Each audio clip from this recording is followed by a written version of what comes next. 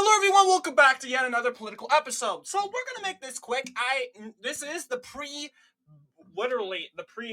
pre-debate video for the day. After this, we'll be doing our debate review, and basically going through an honest, and I mean honest, because I have a lot of skepticism towards a lot of conservatives and liberals. Because regardless, conservatives are going to say, "Hey, Trump won the debate." And Republican and the Democrats are going to go, "Hey, Kamala Harris won the debate," and I'm going to be like, is that really true? And we're going to be critically analyzing. So if I say Kamala Harris won the debate, I'm going to say Kamala Harris won the debate.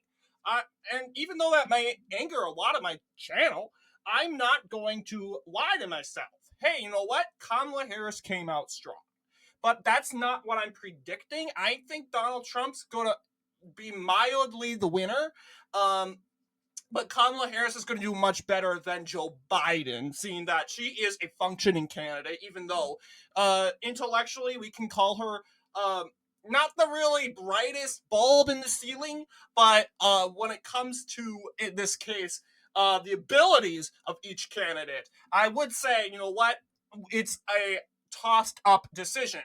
To make clear, I will not be streaming this debate. I never stream, in case you have wondered. I do not have the software to stream, nor do I have enough subscribers to stream. So it's really not worth my time.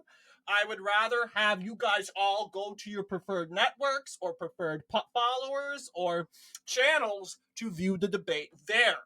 And I have my preferred channel, so I think we're even.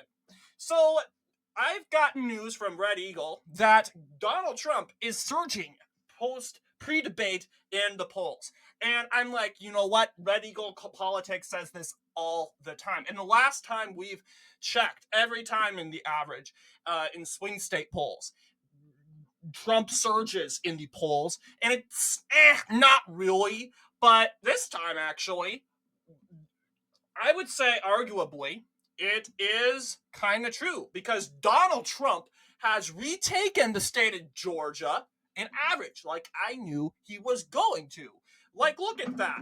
He is leading in the average by just 0.3, not much, but honestly, it's much better than what it was like in the August, and this is because of the Harris hype. I think it's it. Kamala Harris shouldn't get a line of polls like she did.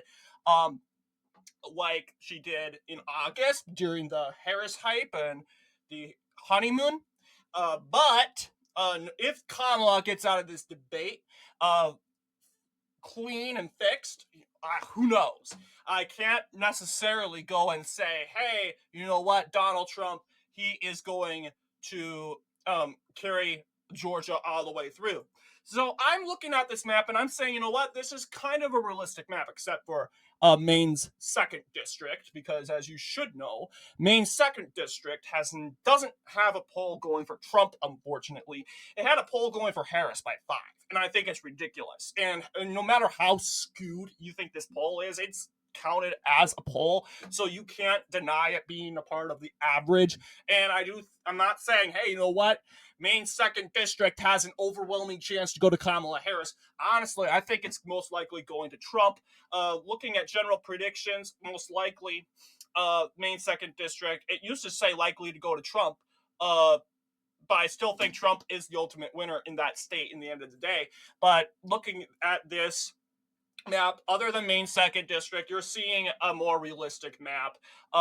Now, honestly, my sole opinion, I think, you know what, Donald Trump, he does amazing job with auto workers right now, and in what's looking like right now, being totally unbiased, I think it's just a tie with auto workers and union individuals. And in a tie situation involving states like Pennsylvania, Michigan, and Wisconsin, it specifically looks like this.